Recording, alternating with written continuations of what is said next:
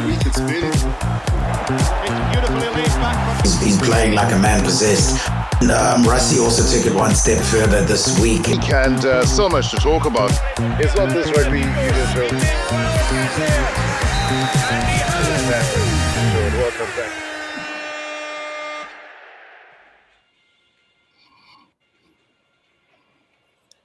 Rolling the dice. That has definitely been the theme in the build-up to the second test match between the Springboks and the All Blacks.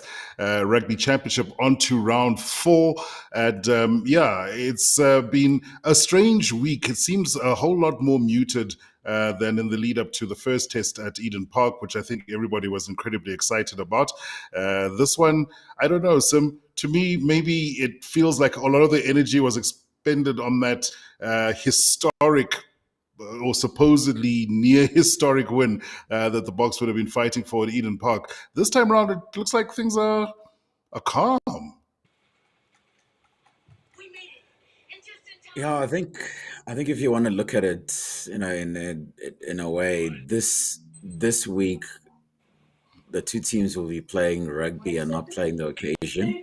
I think that's probably the best way to put it. To just say it's just going to be pure rugby this week, and nobody's playing against an 87-year-long record, a 50-game record, or whatever the stats that we memorized for last weekend, of which there were many. It's actually, in a strange way, it feels. I look forward to this almost more because, geez, even the writing is just going to be about the rugby. It's not going to be about the occasion. That the record stays. It's us winning there is kind of dead and buried for the foreseeable future. I don't even know when we go back there. Probably next year. But anyway, another. I don't mind this build up. In a strange way, I kind of feel like we've got a better chance to win simply because there's so much less expectation.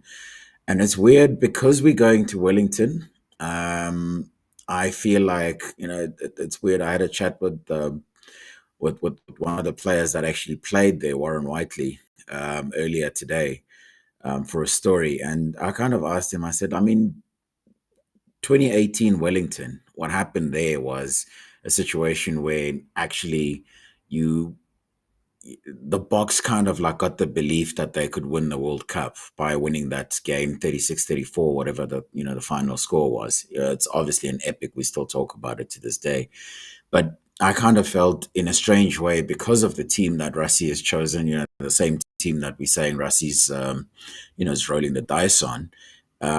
This may well be, this Wellington may well be that moment that we turn around and we look at it and we go, you know what, that was the moment Rassie sort of drew a line in the sand in terms of this weird sort of battle between South Africa's DNA versus the need to evolve. Kind of like, okay, we're just gonna evolve now. This is it from here on in.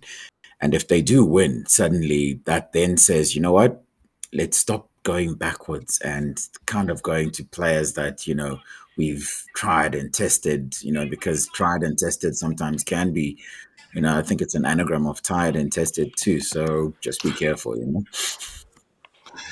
Yeah, no, absolutely. A lot of the talk has been, I think, of the selections has also been muted by the fact that Rassie did his Rassie thing and really. And I must admit, I do see the value in that because it stops becoming a factor. The talk of last week does seem to fade off into the distance, and the focus does become a lot more on these guys that you've selected. There was also a suggestion or two that I read online that Razor also might have just been reacting to Rassie's selection. I think that's crap, I'll be honest. I think both of these guys will select the teams that were duty bound or, almost to select regardless of what the other had done. But it was interesting that both sides in rolling the dice seem to have opted for a little bit more of a look towards the future, maybe 2027 in mind. And there's a lot of speed on the field as well, which makes this an interesting one. I mean, it is going to probably be weighted the cake tin, always is. But it's very fascinating to me that they ended up doing almost the same thing in terms of selection. Yeah, look, I think last week the Boks definitely were a bit reactive in their selections, having waited until Thursday. I think they were a bit reactive, and in a strange way, I feel like it cost them as well. Where Rassie himself said on Monday that he felt sort of waiting until Thursday had cost them was just it messed up their routine. Like suddenly everything was back to front instead of this is what we do on a typical week. We forget, as much as some of what happens on a sporting field is spontaneous. The reason you can get to those spontaneous bits is actually based almost exclusively on sticking to structure, until that moment comes up. And so I think, we just think about the 80 minutes, we forget about the build up. Rassie felt like the build-up was completely messed up in terms of the team's usual sort of inner workings by sort of naming the team so late, and then apparently the other thing he said was, on Thursday usually he likes to go for a dop because it's the team's day off, and he couldn't go for a dop on Thursday because he had this bloody press conference to announce his team. He was a bit miffed. It's just like, what? I can't live like this. I can't not have my drink because I got to announce a team, which is quite interesting, I thought. So, as an aside, interestingly enough, actually today he was having a drink with the journalists that are there. There aren't many of them, but obviously one of them is Yeah. my colleague. I don't think he even filed a stitch of copy because he too had to have a drink with Rassie. So this Thursday thing is a bit problematic. Yeah, it is. That used to always be a Wednesday on tour, so I suppose this is, Yeah, it used to be a Wednesday, that's changed to used to be Thursday. a Wednesday day off, and then a bit of a practice on Thursday, and then captain's practice on the Friday.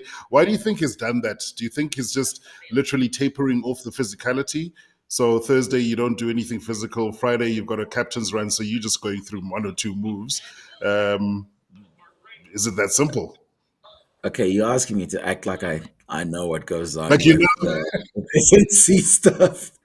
But yes, from a logical perspective, what you just said sounds perfectly legit. As in, if they are going to do any heavy lifting, it should be done earlier in the week. And then you kind of like try to be as fresh as you possibly can towards the back end yeah. of the week. But that was just me repeating you back to yourself because my SNC knowledge as a middle-aged man who's also like happens to be overweight, maybe not quite up to speed. Yeah, no, I understand. I do a lot of tapering off. We do have a guest, and I've been My looking entire for life is tapering off. life is tapering off. We do have a guest. He's a great guy. Got to work with him for a while. I know he's standing by, but before we get him to join us, I'm going to ask you, Kaya, to turn your phone horizontally so we can see you better. Yeah, I don't know if he's going to get this message. We're going to cross through to him and just chat about this the second match. So Kaya, if you can hear me, just turn your phone from this side to this side. I'm not sure. I'm not sure so, that phone is wide enough to capture all of him these days. he's in better nick than me, Shim. Hey, Nankukaya. No, I'm so glad at least we get to see you. Thanks so much for joining. Oh, now he's muted. Now I'm you're a little muted. skeptical of being on this with Damien. We're going to have to use simple English now.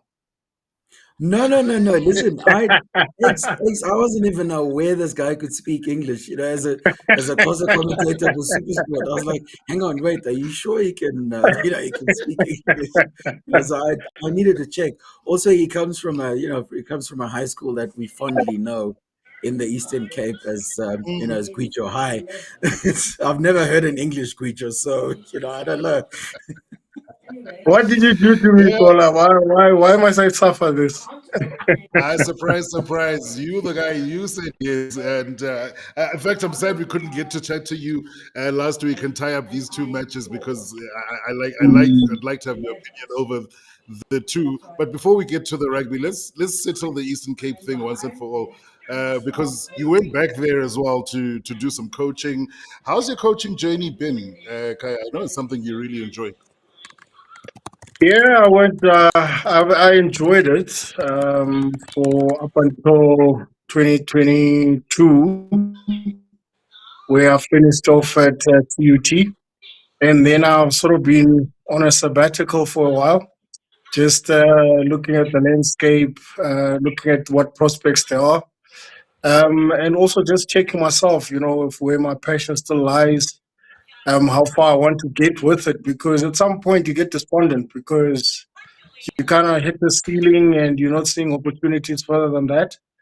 And so I just needed time off to kind of evaluate where I am with it and what I'd like to still achieve with it. But the passion is still in development, helping where the help is most needed. And so I've kind of been working on creating those opportunities to go back to grassroots and help with development, be it on the actual physical coaching itself or motivational talking, that kind of stuff. So I'm somewhere in between there. Well, I'm sure you. If you're holding your phone, you're going to get tired. Ngoba siyathetha apha, but Yeah, it's going to. I want to try to get myself a prop quickly. Just give me a sec. Yeah, no. You do that. The one thing that Kaya mentions, and we'll go back to him shortly, is falling out of love with the game. It's so weird how many times I've heard this conversation with former players, with former coaches.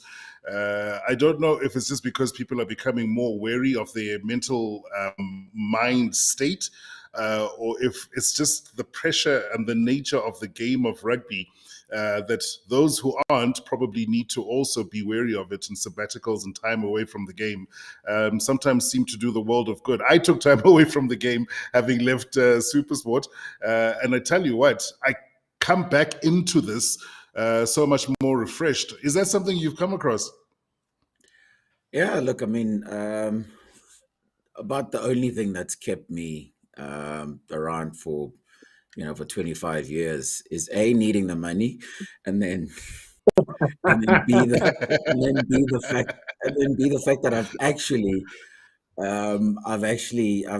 like not always been in a writing role throughout my career. There was a time I was in management for about 3 to 4 years, and then there was a time I was as a freelancer, which again means you're not writing as often, you're not going to games every single weekend. That stuff can be debilitating. Just the sort of sheer, like, it might be a different stadium, but it's kind of like exactly the same thing all over again. And this the excitement you've almost got to inject into yourself. And I think, I mean, looking at Kaya's situation, sometimes you want the relationship to be a two-way street, instead of you just pouring all your passion into something that feels a little unresponsive. I think for a lot of the guys involved in rugby, sort of behind the scenes, particularly coaches, there's such little, there's so little sort of spaces available that you could do incredibly good work, and you kind of like watching the franchises kind of recycle old coaches that they've had before, or pointing sort of convenient guys. Look, I know I'm being political now in terms of judging the actual current franchises, but watching all of that stuff happens, it can feel a bit like you're giving all this love to the game, and the game is giving nothing back to you. At which point, all you can do is just walk away, because, well, why would you keep doing that to yourself, hoping for a different result? Yeah, no, I've just seen it, heard it so often now. Of late, it seems, of guys are saying, I needed to walk away. I just need to breathe, and then maybe come back into it. And opportunities as a coach, Kaya, are incredibly limited. I think people maybe don't have an understanding of just how few chances there are to get involved in something. And I don't know. To my mind, the biggest employers at the moment of coaches are schools. And even those roles are incredibly limited, and they're very hard fought for. Yeah, that's a unfortunate part about it in the business of coaching, is that, like you put it, it's very limited spaces. And the process of qualifying for those spaces, you could do the hard yards. But if School X has decided that they like sim because, the headmaster or the sports master, they've got a relationship from the past, then that job is already earmarked for them. So all the applications is you know, just an exercise. Otherwise, the job is already being earmarked. Who's gonna get into it? And so at some point, I think with me personally, I had to make the decision of giving up the dream of coaching at a higher level. Higher level for me has always been, at provincial, uh, professional level with either URC, Curry Cup, and that. And so I started this rugby journey right at the bottom with development work, tried to build it up through the ranks. I mean, I went to Women's Springboks at one point. I was involved with the Lions at Vodacom Cup at one point, and then I went the school route. Then I went the university route. And then I discovered, man, that, bit by bit, the goalpost keeps shifting. And sometimes you take a step back, hoping that you'll make that leap of 5, 6 steps, and it just doesn't happen. So I had to honestly reevaluate and find out what is more important to me. And I'm very passionate about helping others more than the accolades. So that's why I'm focused more now on creating something in the development space, especially in underserved communities. Yeah, no, I think it's just always fascinating to speak to coaches about the challenges they face. And, Sim, I know you were saying you don't want to make anything political out of it, but unfortunately that is a thing, it is a consideration. It's good to see one or two coaches break through, especially at the Lions, at the Bulls as well in the Curry Cup, JB Peterson down in Durban. So maybe the change is coming, but it certainly has been slow. All right, guys, let's focus in on the All Blacks. It's a massive weekend. We've got the teams here, and I did say right up front where these teams look like both coaches decided we're going to roll the dice, and whatever happens, we're going to score tries. It looks like it's going to be so wide open. X, before we get going, I need to give this man his props. I always give him trouble because his only sin in life is being the same age as me and kind of like having actually been at school at the same time as I was.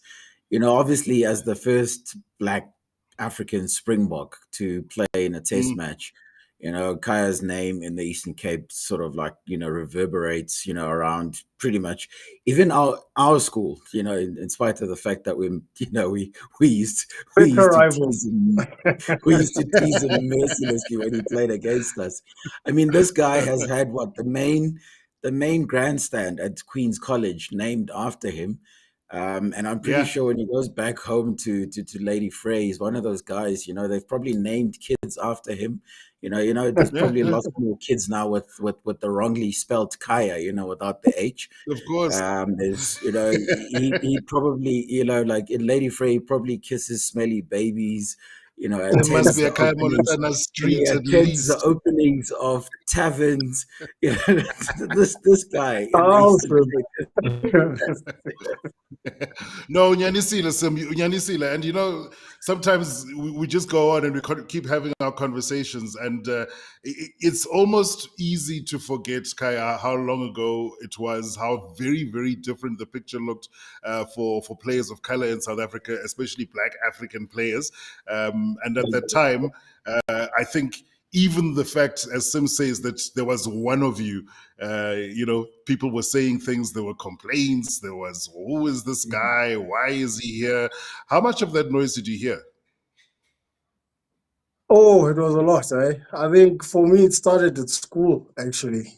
So I had to get used to it at school level already because I was at St. Andrews College in Grahamstown for a year. And then I went up to Queen's College. Now, Queen's, like Dale, like Selborne, had recently become these Model C schools now, which were your government schools back under apartheid. So it was still heavy, right? The lack of wanting to transition for better English. And so the resistance was heavy. And so moving there and having to prove yourself in an environment where you were told straight that no player of color will ever wear that white jersey, so that Queen's first team jersey is white. And so on arrival, just before rugby trials in my first year there, I was told I'll never smell that jersey. And which was heartbreaking for me because I left St. Andrews. The year I left, the following year, the first team coach at St. Andrews had promised that I was going to play first team for him. He was my Afrikaans teacher. So I went to Queens with this almost chip off my shoulder that I'm first team material, just to get there to be told you won't even look at mine. And it was disheartening because I remember the first trial team my name was up on the board when rugby season starts was the sixth team. Team number 6, my friend, not even second, not even third, number 6. I was like, no way. I went out like the first chance my dad came to see me. I was like, my bags are packed. We can go back to Grahamstown right away. I'm not sticking around for this. And my dad is like, Chap, I understand you are disappointed. I understand you feel like you're starting from scratch. It is what it is. This is what me and your mom, myself and your mom can do for you. Make it work. Otherwise, then don't play rugby. Do something else if it's too much for you. Now, the one challenge I could never break down from was my dad's challenge. I could break down from anybody else's challenge but my father. So when he said make it work or leave it, it's up to you, I was like, now I must make it work. So I started trial 16, ended up in first team my first season. Then I just gradually got into it, and obviously right through I had to, fight that stigma of you black, you don't belong, After school, it was the same. It was the same narrative, and I just got to a point where I could just close it out and just focus on the job at hand. Yeah, Bonasim, you've put us in a situation now because now I have to follow up because I think the one thing is maybe somebody who might be watching this and thinking, why is this always a theme? Why is it always a story? Because I think, Kaya, what a lot of people might not understand is that you're talking about just your one move at school level. I would bet my left toe that it happened with your first professional contract. I bet my left toe it happened with your first move from there. I bet my left toe it happened when you moved onto the onto higher honors. It's just a thing that keeps on having to be repeated, and that's quite frustrating for especially a young man. Yeah. It's more frustrating for me now when I hear the current crop of players having similar stories. Contracts are not the same.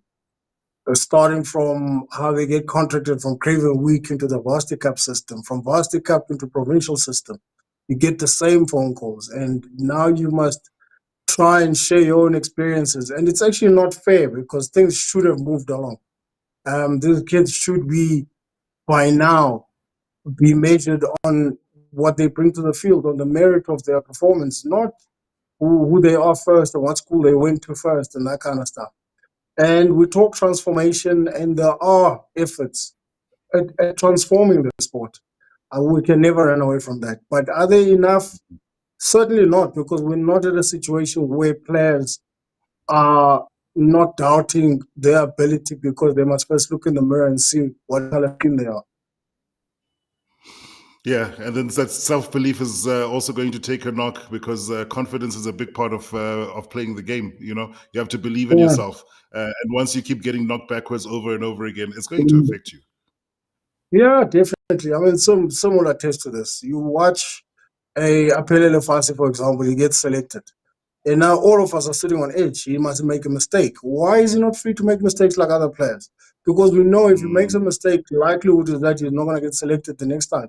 Coaches will dispute that because they've got their game plans, they've got their player management structures, strategies, and what have you not.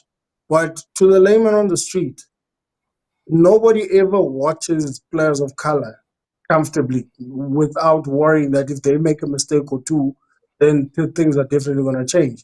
True transformation is for us seeing an Apelele Fassi in the squad, seeing a Sasha Feinberg in the squad, a Mani Libok in the squad, and all we see is the Springbok squad. Well, this story has got me thinking about another, which was going to bring up at the end of our conversation after speaking about the teams. But Yabona Gents, you guys have thrown my plans completely out of out of whack, because there was You're a good. breaking story. There was a breaking story this week, which I did want to ask you guys about, which is very heartbreaking for me, and that's the one of Asenathi Ntlabakanye, whose career looks like it's now hanging in the balance. But before we do that, let's take a look at this.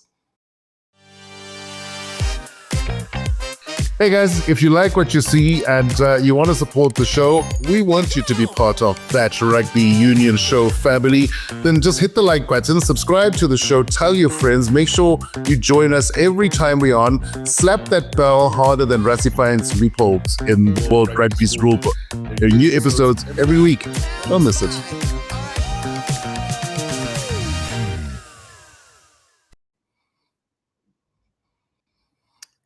So now I was told to do that because we've got 15 subscribers to go until we hit 500. So if you're watching this, share it with your friends. Hit the subscribe button as well. We're building a little bit of a family here. We've got a little vibe going. But yeah, gents, just to come back into it, Asenathi Ntlabakanye, a second positive test for a I don't want to say it's a banned substance, because according to the reporting by Craig Ray of the Daily Maverick, it's not a performance-enhancing drug. And having done a little bit of digging, and I'm not going to say please quote me on this, it seems like it was for medication that would have helped him with his weight loss. And what makes it incredibly sad is that on both occasions that he was now found to have an adverse ruling on a test, he had consulted medical specialists, whether it was doctors. Apparently, in the second instance, 2 doctors. No one picked this thing up. WADA has got very strict rules, though it filtered down to the South African anti-drug organization. They're not going to necessarily bend the rules for anyone. They didn't even do it for Yannick Sinner in the tennis. So now we've got a situation, Sim, where there's a young man, breakout year, made international, got his cap, and he could sit out 2 years at a minimum, 4 at a max, and they like giving maximum to first-time offenders, to the anti-doping agencies. Yeah, look, I mean, I guess if if the circumstances were different, by that I mean if he had taken, the stuff independently of medical advice, then you're probably looking at a strict 4 years because of the strict liability rule. So somebody's clearly dropped the ball here, and by the looks of it, it's the medical staff at, I think, at the Lions. Let me not rush to conclusions in terms of who exactly. But if that is indeed the case, we may all say, "Oh, well, then there's no case for him to answer to." But the oldest rule, and Kaya will tell us this from when he was playing, the oldest rule in as an athlete is that what goes into your body ultimately, you are strictly liable for it. And so that's what he's going to be. He's going to go down for. And the great irony is that obviously having tested and found the first substance in his system, what happened then was, from what I understand, Asenathi was declaring whatever he was taking, probably trying to be helpful to the guys dealing with the case.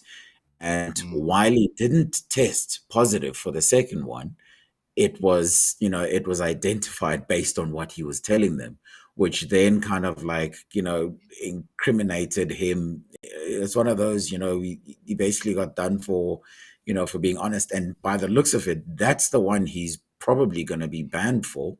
He's literally going to be banned for something he didn't test positive for, which, makes it a very interesting case. And by the sounds of it, seeing how Craig reckons it's going to take 2 years, it sounds like Craig has actually done he's done the research in terms of what's happened in situations like this before. But I mean, if you take all of that legalese and technicalities away, the huge issue here is you've got a guy who we all looked at and we said, if this guy ever sorts his weight issues out, we've got a generational prop here on our hands, a proper successor to someone like Frans Malherbe. And, we all loved seeing him at Don's farm and, working hard and trying to get himself. I mean, I was told that at the Lions that he was literally completely like a man transformed in terms of his willingness to push himself. And, we're now sitting at a situation where what do you think is going to happen over the next 2 years to a guy like that? Yeah, no, it breaks my heart because that's the difficulty is not very many come back.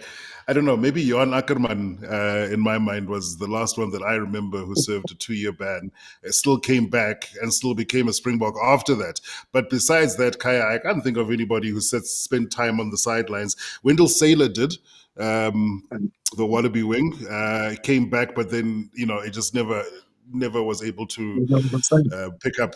Yeah, it wasn't the same player ever again. It's a difficult thing. Yeah, it is. But then maybe because Prop's only mature at 35, he's still got time on his hands. I don't know.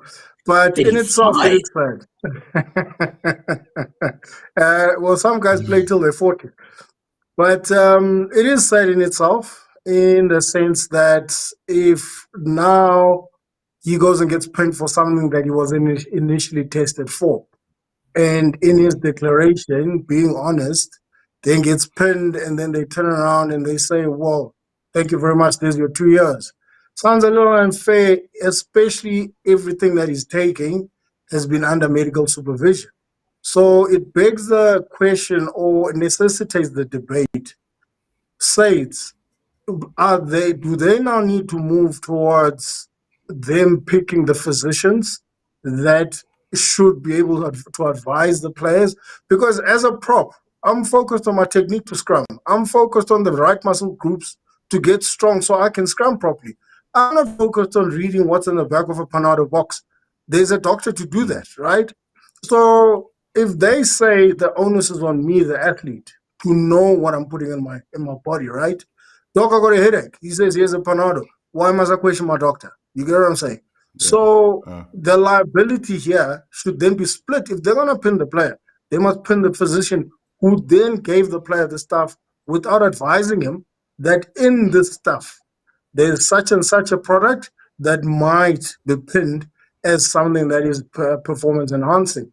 Because players are not, even players can do as many workshops and go to all the unions and do all the proper PowerPoint presentations about all the nonsense you're not supposed to take, right?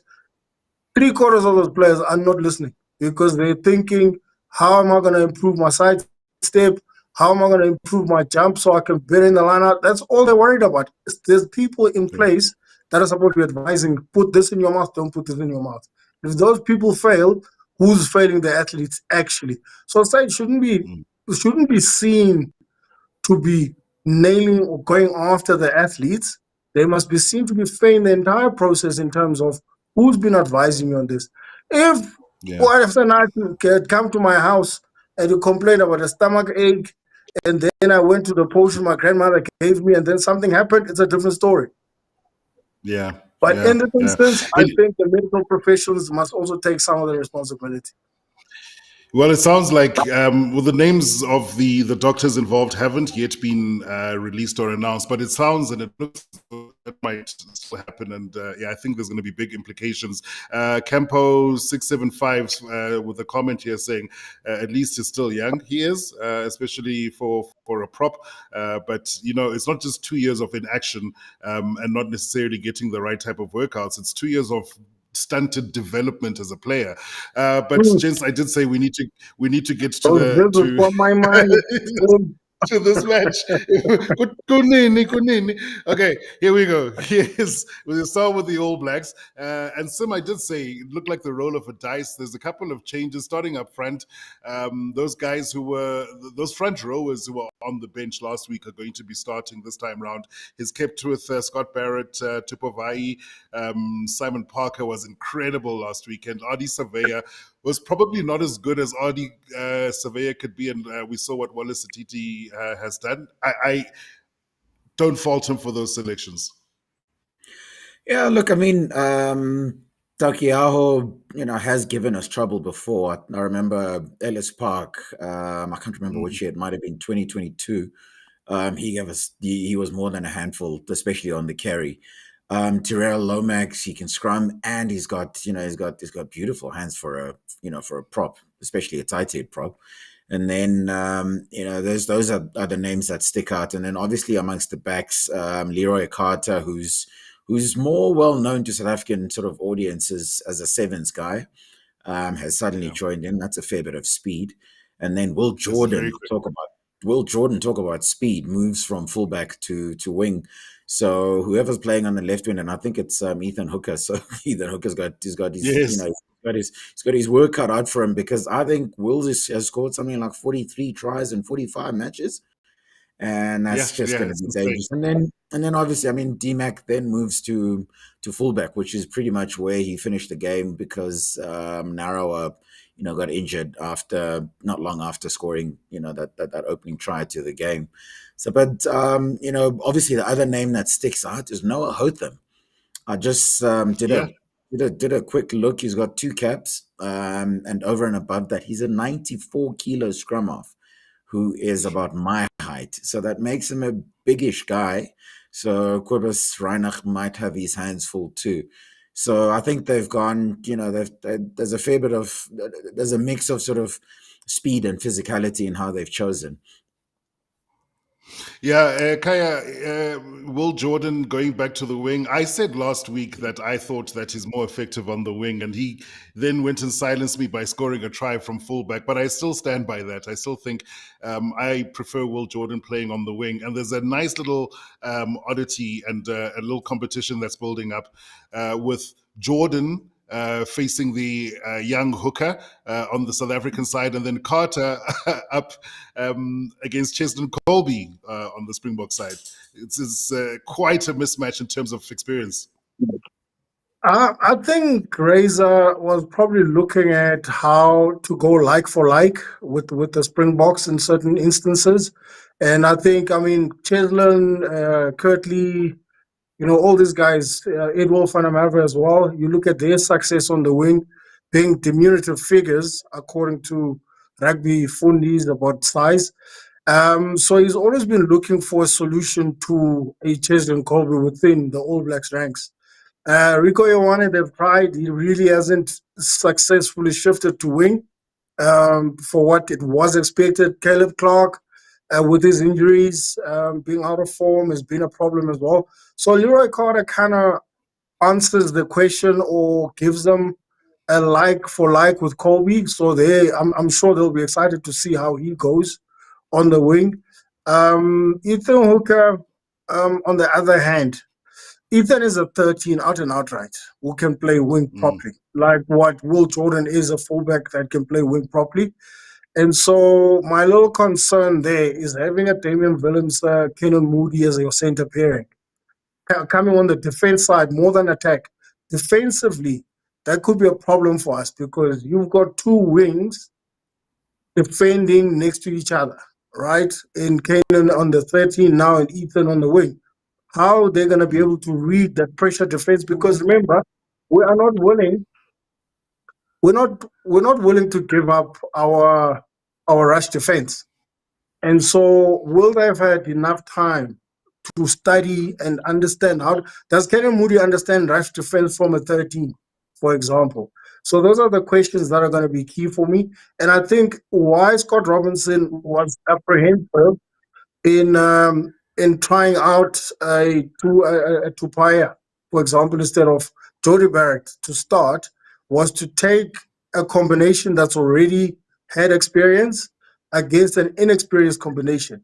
Try and put that pressure up early in the game, and then he can make his changes from the bench, seeing if we fall apart or we first.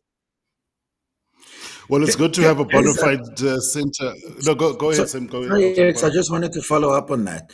Wouldn't, and I know this is a classical layman's question, wouldn't the simple solution then, if you're worried about the defense, wouldn't the simple solution be for them to swap positions? This is Ethan and Kanan. Just basically swap positions. One goes to 13 where, this is not border rugby, bro. This is not border rugby where you swap positions during the game. The coaches have decided this is how we're going. Now we need to stick to it. When we See, played at the Bulldogs, you would change from right wing to left wing without telling the coach, or you'd change from 11 to 12, and the coach sees it working and is happy. hang on, But I hear what you say. I hear what you're saying.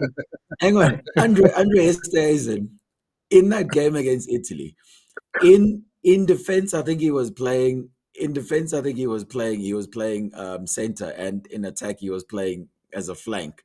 So it has been done before.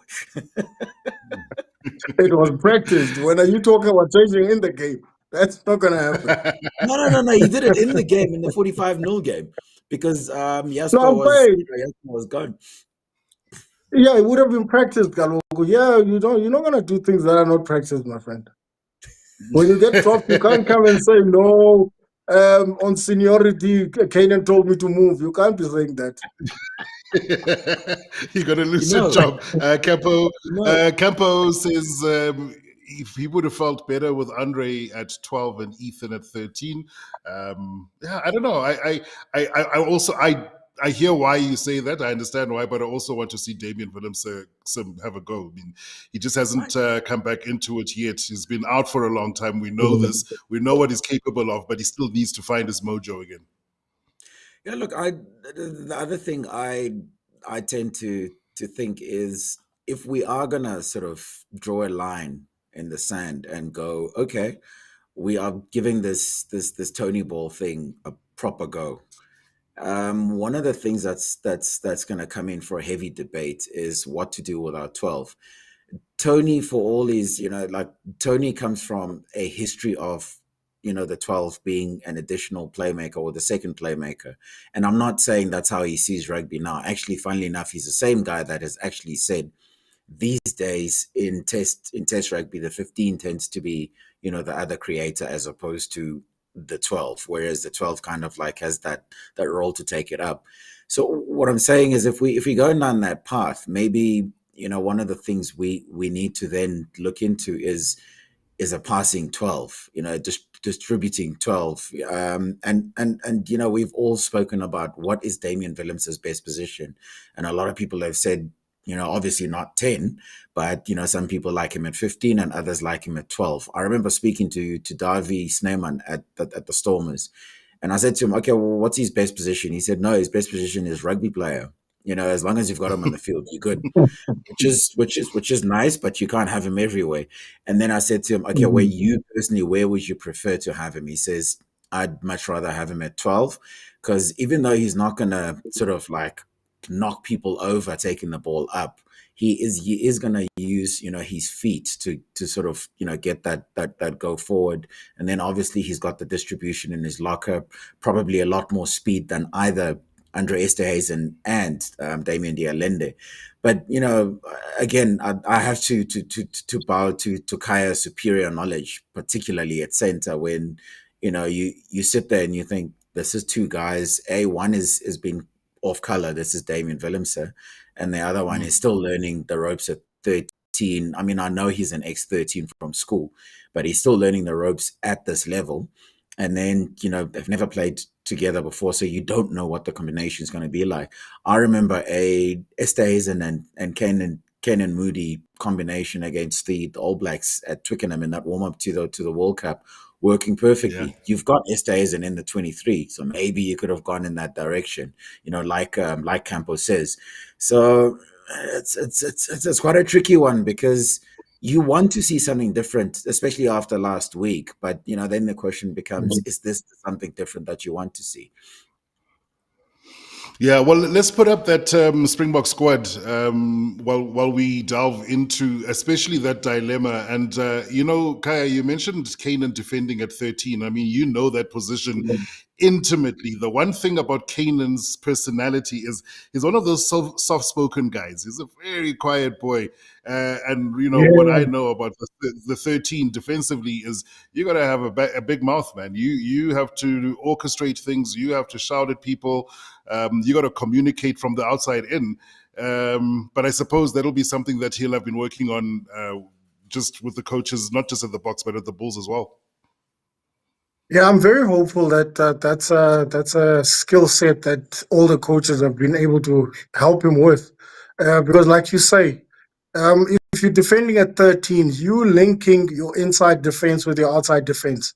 So effectively, for a successful rush defense, your 13 needs to be leading it. Well, that's why for the longest time, when Springbok blitz defense has been successful, you'll hear a lot of the time that Jesse gets credited for that, because it is his decision making that allows the rush defense to happen successfully, or it makes it fail. So for somebody who is not going to be as vocal in that position, jeopardizes the whole system, because now your wing, who needs to then move up with you if you're going to employ the rush defense, or needs to hang back if you're going to buy time to employ the drift defense. If that 13 is a quiet person, you're putting your wing in no man's land. And, All Blacks are very good in getting the ball into that outside space, especially when it's disjointed and there's lack of communication. So I'm hoping that it's something they've worked really hard on to make sure that he can implement that. Attacking wise, again, Damien at 12. Damien, we know, is always looking to create first before he makes other people play. He wants to do something first. Will Kanan have adjusted and have learned to instinctively know the supporting lines? He needs to run when Damien's got the ball. So that disjointedness could be a bit of a problem in our attack. Otherwise, the backline selected says, Tony, you've got license to have a go, and let's see what these guys can do. I'm a little disappointed that it it's been now it's a second season, and we've never from the get-go just went for broke and said this is how we're going to play, and we'll take confidence that we'll take the knocks along the way, but come the World Cup 2027, we'll be one of the best attacking teams in the world. We've tried to balance a mix of the two, and I think this season we're being caught between the two games we're trying to play, where now uncertainty is creeping in. So the players are not quite sure. Now do we have a go? Now do we go direct? What is the situation? So for me, they need to iron that out as quickly as possible. And if they can give these guys carte blanche, go all broke, we're not worried about the score, and then they can be free to attack, I think they might just succeed. Yeah, and it makes me really think about the bench. I'm looking at All in the Game's comment there saying a pacey and creative SA 10, 12, 13 midfield combo, very pacey, he says. Backline overall. Pollard, Allen, the Creel midfield looks so much more pragmatic in comparison. And that's what fascinates me, Sim, is that he's got Mani Libok on the bench. We always talk about having Andre as the insurance policy, as it were. So even if things don't work out for Sasha and Mani comes on early, it's still going to be, by the nature of the way that Mani plays, an open game. It's still going to be, I suppose, leaning towards Tony ball. I hate to use the term because it doesn't encapsulate everything. Listen, as a member of the media, I don't mind using that term at all. We've always got to dress things up. It doesn't, you can't just call it, Bok rugby. No. You've got to give it a catchy name. It's going to be a bomb squad. It's going to be a nuke squad. You gotta give it something. So I'm happy with that. Look, I like the idea of Mani on the bench. The reason I like the idea of Mani on the bench, I still believe. This is one of those weird ones where I think Sasha's definitely going to be the guy to start for the Boks in 2027 at the World Cup. I mean, in terms of his skill set, he's a balance between Pollard and Amani. But right here, right now, if you want one of our flyers who knows how to play Tony ball particularly well, or who's the best exponent of it, I'd have to say it's Miney. So it's good to have a guy like that. If you've decided to play like that, then you need to have a guy like that on the bench, if things don't go quite well for Sasha, because Sasha is still kind of like at this weird stage of, he's almost like, where Dievel Brevis was, a youngster with prodigious talent. All these shots for the same ball and trying to play all of them at the same time. So he's still kind of like at that stage where he seems to be a bit clouded in terms of, there's no clarity in terms of how he wants to do it. And Kaya will tell you at test level, you will be punished for that thing. And so I just think you've got the right guy there. And if I take you back again, the times that the Boks have played well with Miney at 10 have actually been with Andre Esterhuizen as his bodyguard next to him at inside center. So I imagine when that change does take place, those two will go on at the same time. Specifically, also looking at the fact that someone like Damian Willems said, probably hasn't played a full game in I don't know how long, and they're not sure, quite how he's going to play in the game anyway. So I think I like the bench, the way it is. I think, like all self-respecting South Africans, I'm still sort of crying a little bit for the bomb squad, but it is what it is. But We do if have a I bomb were squad, to ask sir. a question. We do. There's Andre Esterhuizen. Is it a bomb squad, Kaya? Sorry, it's a bomb We've got squad a in disguise. 5-3-6-2 split. We have a 5-3-6-2 split for this game, my friend. And I won't be Okay. shocked if Sasha moves to 12 and Mani to 10 to race Willems, because I don't think Damien is going to give us 80 minutes anyway. Yeah. No, actually, I think what's going to happen is Sasha will go to 15. And then Andre and Miney will come on probably at the same time. Actually, and Grant as well. All three of them at the same time. And then Damien goes back to the bench. But guys, hang on. We need to talk about the forwards. There's two things I want to ask Kaya in terms of what he thinks about. Just that lock pairing. Leroy Carter and Ruan Roquier. They've broken up. They've broken up the Blood Brothers Part 2, which is obviously Eben and Lured. They've broken that up, but now they've put Lured at number 4. When last have we even seen Lured play 4? Because he's been a 5 for so long in South African rugby. And then obviously, Kaya, the other part I want you to talk about. Jasper's finally back. He owes us a lot.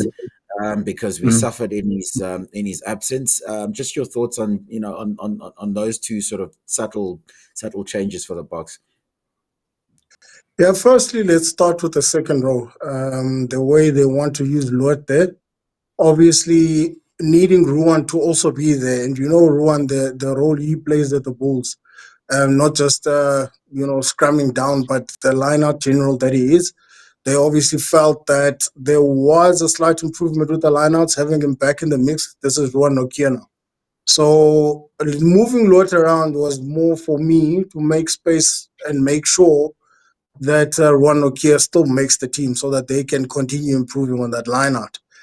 If it's going to work in the scrum, I'm not sure. We'll have to see, because now, take into consideration that Reza has made the changes in the front row that he's made with the props.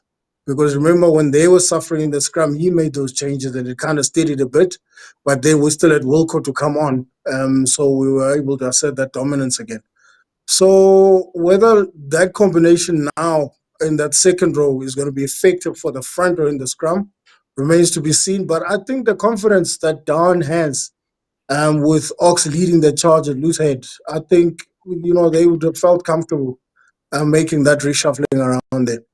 Now, the loose trio combination, yes, that would have been our combination throughout the championship, had Jasper been more disciplined.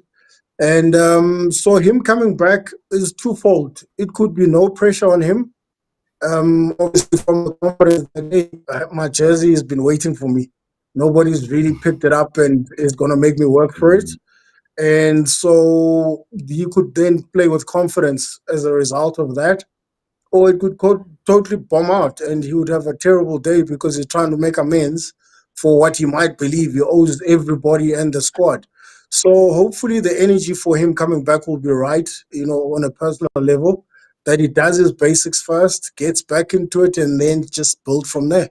And it might just work for us. And we need it to work for us. We need our loose trio to be monumental on Saturday if we're going to turn things around. Peter Steph is not back to that universal soldier we've known him to be, especially against the All Blacks. So, of a coaching perspective, funny enough, my thought would have been to try bring Peter Steph back to form from the second row, right? And because you've got a workhorse, you've got agility, you've got somebody who's going to cover the field for you for 80 minutes. whilst he's still getting his form back. I would have gone that route, but anyway, they're giving him another chance off the side of the scrum.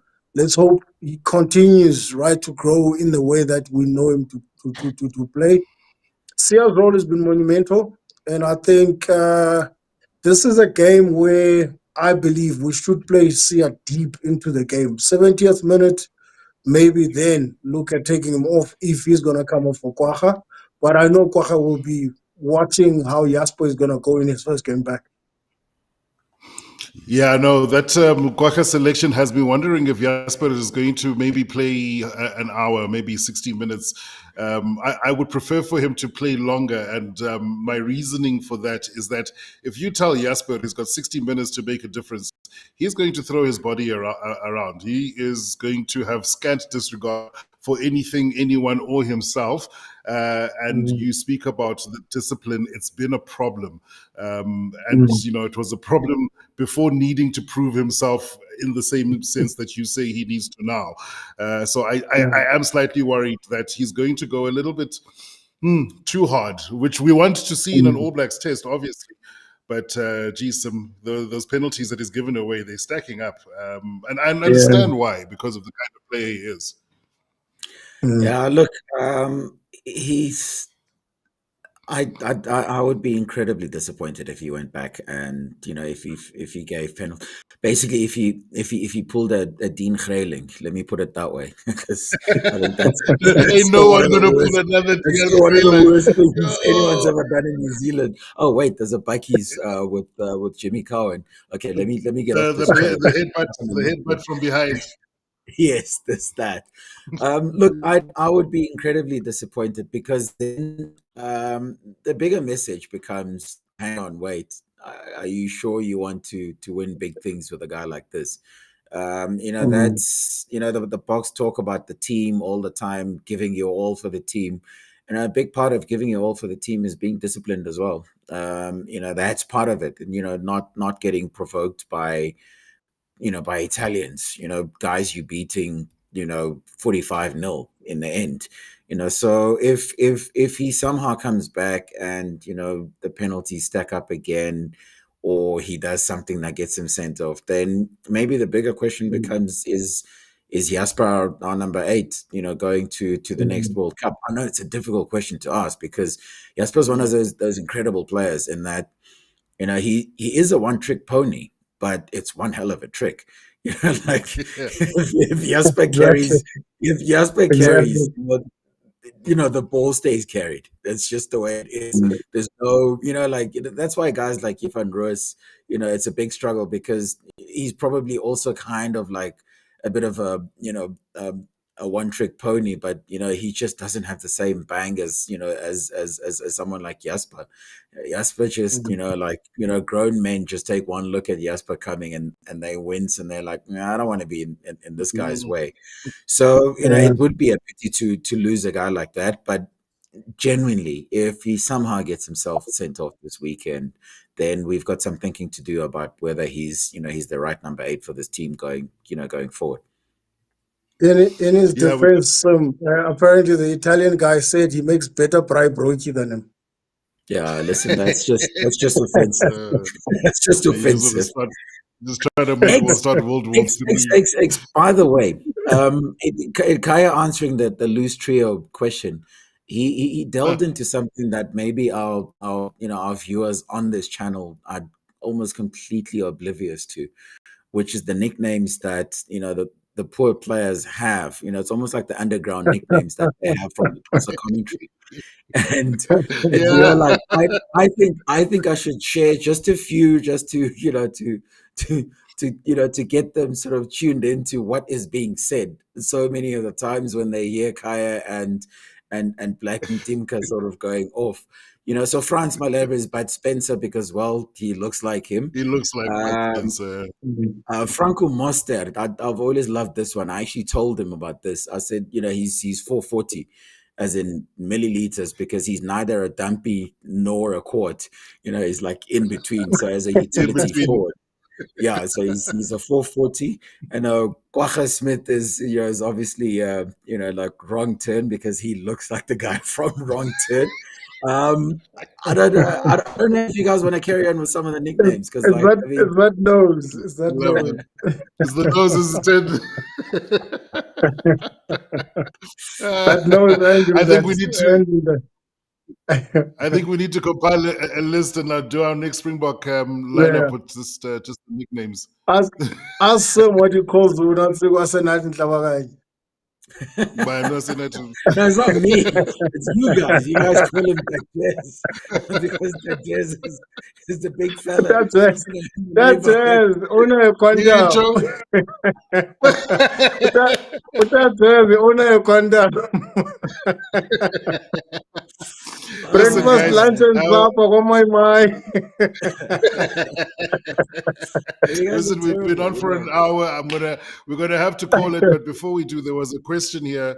One in the game asked a question earlier when we were talking about the centers, and it was: is at 13 no longer an option? Am has been injured, but I know he's on the mend, and he was part of the greatest Springbok squad.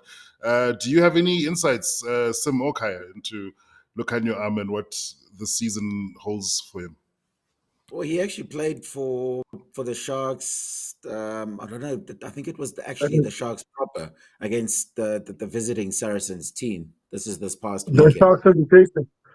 Yeah. The Saracens So season. he is back. He is back on a rugby field, but that was literally the first time he was back following his knee injury. So I would imagine he's got a I think they long must way. focus on 12, Isam. What Well, you look, saying? I'm thinking, I'm focused on 12. yeah, I'm thinking age and the injury he's come back from. Rather use that experience at 12. Because Actually, I'm not sure he's going to be able to pick up the pace to play 13 again. I see. Well, Yeah, that also makes sense because he's always been a creator anyway. I remember Mm, talking to exactly. someone who said he takes more pride in putting people away than Mm, actually scoring himself. And you get a lot of you get two types of 13s. You get 13s who like putting people away, or you get 13s who like to strike. Like say Jacques mm, Fourie. Danny Gerber, Jacques Fourie. Those guys like to mm, actually strike themselves instead of putting others away. Conrad Smith, Yeah. probably another guy that used to put people mm. away instead. So, I understood that he fell under that category, which is probably why he was so disappointed when my Pimpy didn't recognize his congratulations all those years ago in 2019. It's like, dude, I gave you this. No, and it's ironic because played so much of his rugby on the wing before he moved into 13. But it's a good point, Kaya, because also the Sharks, looking at the URC, will have Ethan Hooker to fill in that 13 berth as well. Yeah. So, yeah, maybe Remember, there's slightly. the boogeyman is bubbling on the sides there. He's Hey, ready to go. He just needs the opportunity. Right, that's another issue. right. Actually, I think the Sharks are Exactly. suddenly looking good for centers because you've got Yeah. Mr. Hazen, you've got Ethan Hooker, and you've got the boogeyman. Between those four, I Mm, think you're pretty much well taken care of, which is why you That's probably end up dark. with a situation where Hooker's on the wing so many times. mm, I think that there are so many people that think Ethan Hooker's a wing, even though mm. actually, he was a center pretty much throughout his high school career. I've been threatening to call this chat for a long time now, but before I do, what I saw, bookkeepers are calling this one All Blacks by 4, but maybe it's New Zealand bookkeepers because I look at this match and just final thoughts, Kaya. I think the Boks will kick themselves if they don't win this one, as was the case last week. The Springboks, for me, the entire campaign has been disappointing, if I must be honest. They just have not kicked on. There's just something that's lacking. So for me, I feel like this is a season where they've come to a plateau in how they've been able to control games. And now they just need to figure out what the next gear is to climb the next hill. So do I see them climbing getting onto that hill this weekend? Too many changes, and the personnel they have, they will have to play a different game. So I expect more mistakes, those handling errors. And so the All Blacks by 4 is not a bad call. So I'll stick to around about 4-7, between 4 and 7 to the All Blacks. Either Okay, way, can it's I going to be a disagree close with one. this? Don't Because don't lynch me, Sam. can I disagree? Because like Dalians and Queenians have to disagree. It just, listen, And Queen has always win. listen. Well, there is that. listen, the only way this 4 to 7 point thing comes right is if that bookie is Hansie's bookie. Okay, I'm telling you this for free. So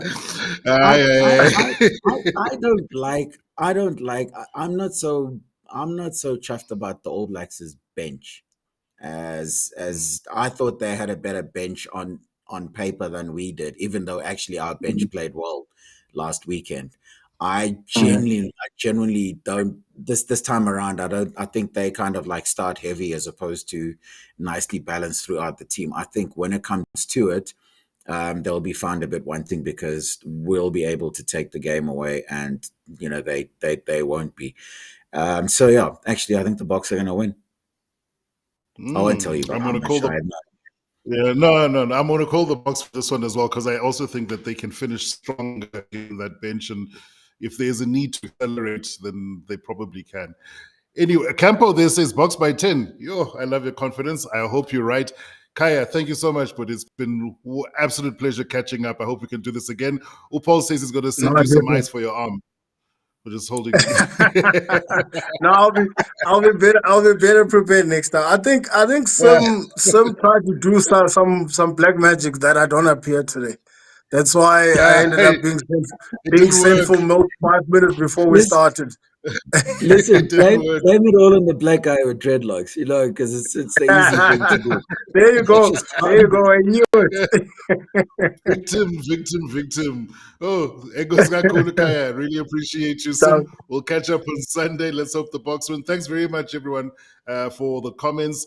Share this. Don't forget, we are chasing that target. So if you haven't subscribed, please do. See you then. Cheers. Hey guys, if you like what you see and you want to support the show, we want you to be part of That Rugby Union Show family. Then just hit the like button, subscribe to the show, tell your friends, make sure you join us every time we're on. Slap that bell harder than Rassie finds loopholes in World Rugby's rulebook. There are new episodes every week. Don't miss it.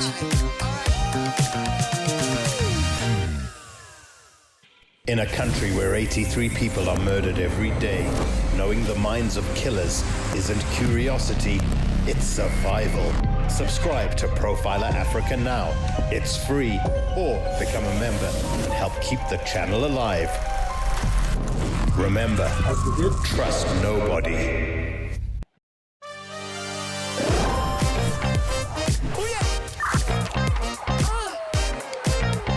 Welcome back to That Rugby Union Show. Well, what a week it's been. He's playing like a man possessed. And so much more. It's not this Rugby Union Show. It's That Rugby Union Show.